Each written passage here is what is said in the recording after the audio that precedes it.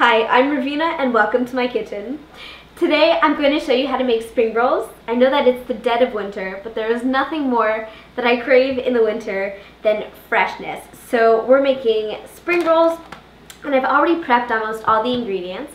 So one thing which we're going to get started on right away before I take you over what I've done are the vermicelli noodles.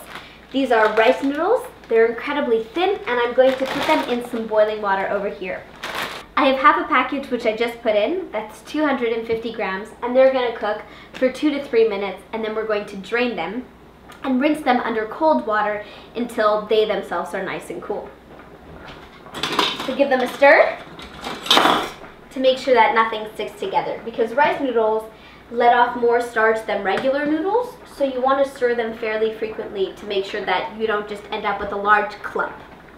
Now the next thing I'm doing is putting a few tablespoons of vegetable oil into a large pan, and into that I'm going to put one 16-ounce package of tofu, which I've cut into a half a centimeter to a centimeter thickness pieces. It's not important to how thick they are. What is important is that you want them lightly golden brown on both sides, but not too crispy. I finished off my tofu by adding 2 tablespoons of hoisin sauce and half a teaspoon of sriracha. So that's the tofu done. Now I'm going to take you through the ingredients which I've already prepped in advance. So I have 1 carrot which has been julienned, which means cut into very thin strips, and I added half a teaspoon of grated ginger and 1.5 tablespoons of seasoned rice vinegar. Seasoned rice vinegar has way more flavor than unseasoned rice vinegar. I know, imagine my surprise. Then I have 1 mango, which I've peeled and sliced into half a centimeter thick pieces. I have some scallions, which I've chopped up.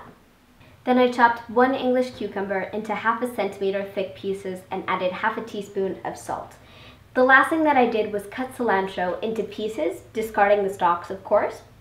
And I took some mint and tore it off its leaves, and I like to leave them whole, because I think that it'll be much more beautiful in the spring rolls this way. Now the only thing that I want to advise you is to do your carrots and your cucumbers first, because both of those things need some time to marinate in the flavors which you've added to them. Okay, I'm really excited because now we get to get going on our spring rolls. It's a lot of prep, but once it's done and you can crank out spring roll after spring roll after spring roll. So I have rice paper. I think that they're absolutely delicious, but not like this. You have to soak them in water. So I have a pot here of warm water, and I'm going to put it in and just use my fingers to run around the edges, and this will take around 30 seconds. So you want to take it out when it feels gelatinous and softened and you see it's easy to scrunch and easy to move around. But if you leave it in longer, and you can see, you can play with them, it will like turn to jelly and it'll be easy to rip apart. Obviously you don't want to take it that far.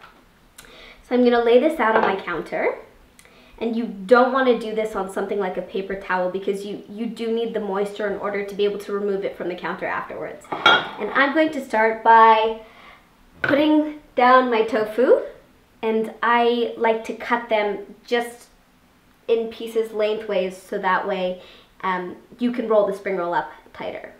And then I'm going to do a few pieces of mint and some cilantro.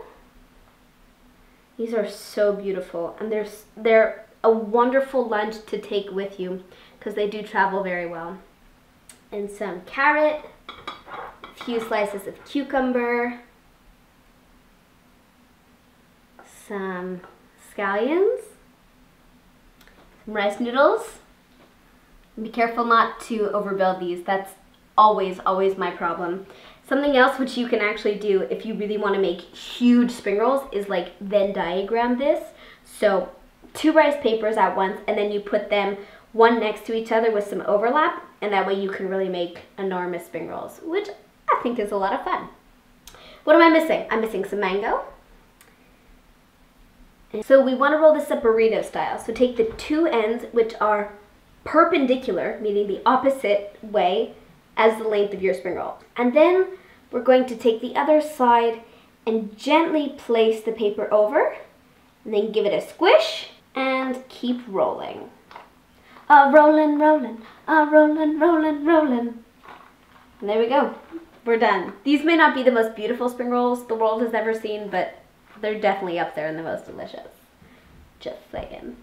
To make my peanut sauce, I combined half a cup of chunky all-natural peanut butter with a 1/4 cup of water, half a teaspoon of sriracha, 3 tablespoons of hoisin sauce, and 1 tablespoon of seasoned rice vinegar, and gave everything a mix.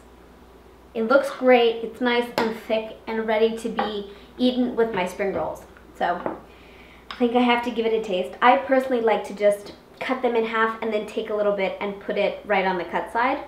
They're so light because nothing in this is particularly heavy, but they're so flavorful and fresh from the mint and cilantro and different fruits and vegetables, also known as fruitables. I hope you give these a try. I know that you'll love them, and I look forward to hearing what you think in the comments down below. Don't forget to subscribe for new videos every Thursday, and have a great year. Thanks for watching. Bye.